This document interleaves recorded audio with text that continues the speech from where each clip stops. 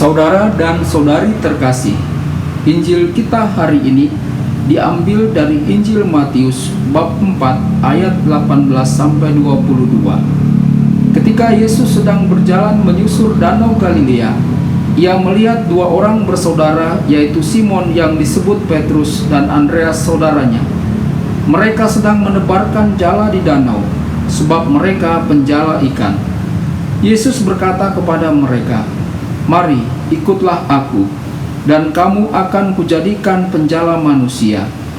Lalu mereka pun segera meninggalkan jalannya dan mengikuti dia. Dan setelah Yesus pergi dari sana, dilihatnya pula dua orang bersaudara, yaitu Yakobus anak Zebedeus dan Yohanes saudaranya, bersama ayah mereka Zebedeus, sedang membereskan jala di dalam perahu. Yesus memanggil mereka dan mereka segera meninggalkan perahu serta ayahnya, lalu mengikuti dia. Berbahagialah orang yang mendengarkan sabda Tuhan dan tekun melaksanakannya. Sabdamu adalah jalan, kebenaran dan hidup kami.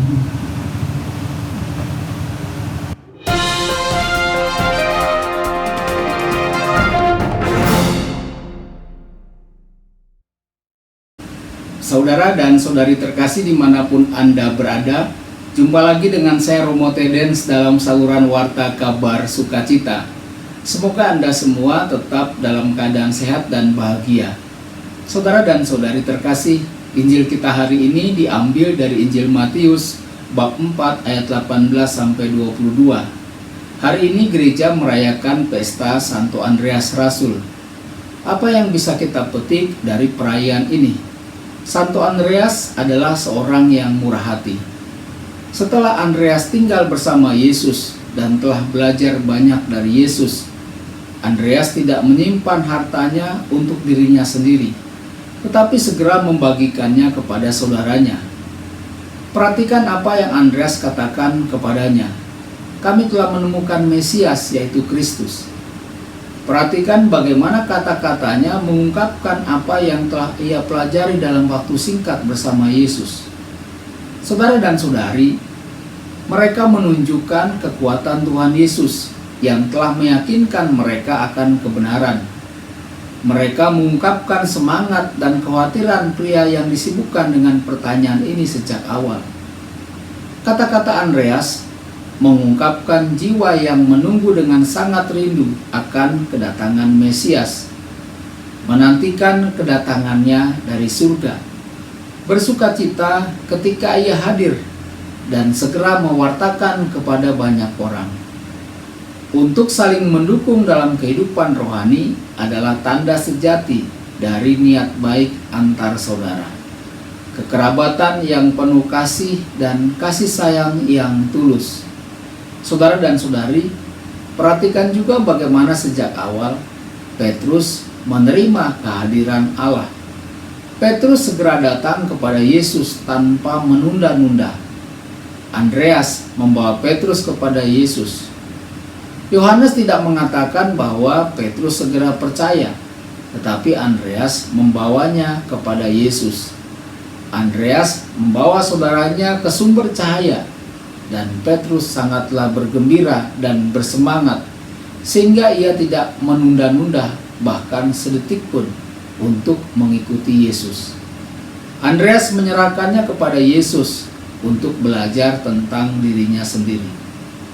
Ada juga murid lain yang hadir, yang bergegas bersama mereka untuk tujuan yang sama. Saudara dan saudari terkasih, selain kerendahan hati, sikap yang bisa kita teladani adalah tidak ragu-ragu. Kita telah mendengar cerita tentang panggilan Andreas bersama dengan saudaranya Simon Petrus dan dua saudara lainnya, yakni Yakobus dan Yohanes. Ada kesederhanaan besar tentang bagian ini. Yesus melihat kedua bersaudara Simon dan Andreas dan memanggil mereka, "Ikuti aku, dan aku akan menjadikanmu penjala manusia." Segera kedua bersaudara itu meninggalkan jaring mereka dan mengikuti Yesus. Penginjil mungkin telah merampingkan pengalaman dalam kehidupan dua bersaudara ini, yang pada kenyataannya mungkin jauh lebih kompleks. Kita mungkin juga berharap ada beberapa penolakan terhadap panggilan Yesus karena meninggalkan keluarga mereka dan pekerjaan mereka dan menuju tempat yang tidak diketahui. Saudara dan saudari terkasih, menjala manusia jauh lebih menantang daripada menjala ikan. Mengumpulkan orang-orang ke jaring kerajaan Allah yang diwartakan oleh Yesus jauh lebih rumit daripada mengumpulkan ikan dari Laut Galilea ke jaring ikan. Namun jika ada keraguan pada Andreas dan Simon, mereka jelas telah mengatasinya. Mereka melemparkan jaring sehingga banyak orang mengikuti Yesus. Mereka menjadi pengkhotbah Injil yang hebat. Cara Tuhan berkarya dalam kehidupan kita mungkin tidak berbeda dengan cara Tuhan berkarya dalam kehidupan Andreas dan Simon. Yesus sering memanggil kita di tengah-tengah tugas kita sehari-hari. Panggilan itu bisa datang kepada kita dengan cara yang kecil dan halus, dengan cara yang sederhana. Kita mungkin menemukan diri kita menolaknya, tetapi jika kita membiarkan Yesus hadir dalam diri kita dan menanggapinya, kita akan sering menemukan bahwa Tuhan berkarya melalui kita untuk kebaikan dengan cara-cara yang dapat mengejutkan kita. Saudara dan saudari, semoga firman Tuhan hari ini menguatkan iman kita dan kita semua diberkati oleh Tuhan sendiri. Tuhan menyertai dan memberkati Anda semua. Sabda Allah adalah kebenaran. Sabda Allah adalah kehidupan. Mari kita mencintainya, mari kita menghayatinya. Ya Tuhan yang ku muliakan,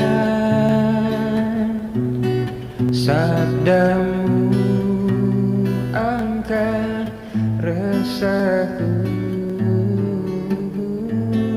Mari kita menghayatinya di dalam